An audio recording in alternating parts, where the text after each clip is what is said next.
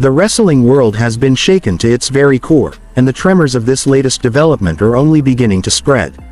For years, the WWE Universe has witnessed betrayal after betrayal, shocking turn after shocking turn, but nothing could prepare the fans, the wrestlers, or even the executives behind the scenes for what unfolded.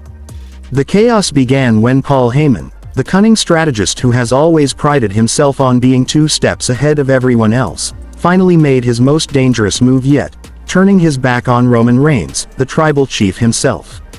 But just when everyone thought that was the story, another storm appeared on the horizon.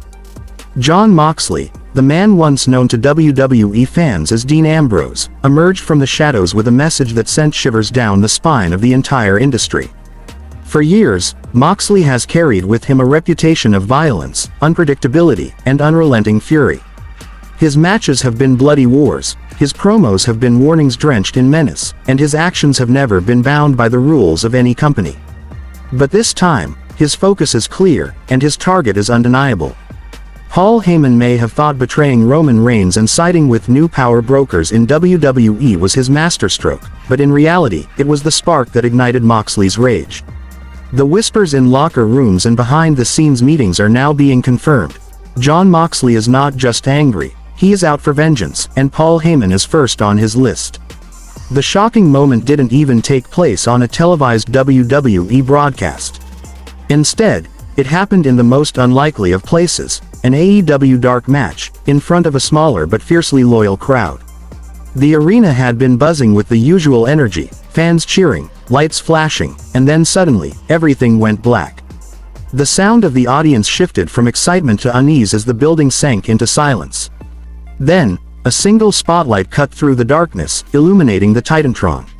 And there he was, John Moxley, bloodied, bruised, and yet more dangerous than ever, his stare locked directly into the camera lens as if he were looking through it and into the soul of Paul Heyman himself.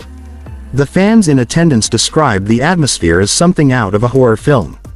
Moxley didn't rant or scream, he didn't need theatrics, his quiet, measured voice carried more weight than any shouting could. He leaned closer to the camera, his expression cold, his tone steady, and said, "Paul, I've only got one message for you." The words hung in the air like a death sentence. And then, in a moment no one will ever forget, Moxley pulled a folded piece of paper from his jacket. Slowly, deliberately, he revealed what it was, the original Shield contract, signed years ago by himself, Seth Rollins, and Roman Reigns. That document had symbolized brotherhood, loyalty, and unity. Without a word, Moxley lit it on fire and let the flames consume it in the palm of his hand. The image of that contract turning to ash was more powerful than any chair shot, spear, or superkick. It wasn't just a warning, it was a declaration that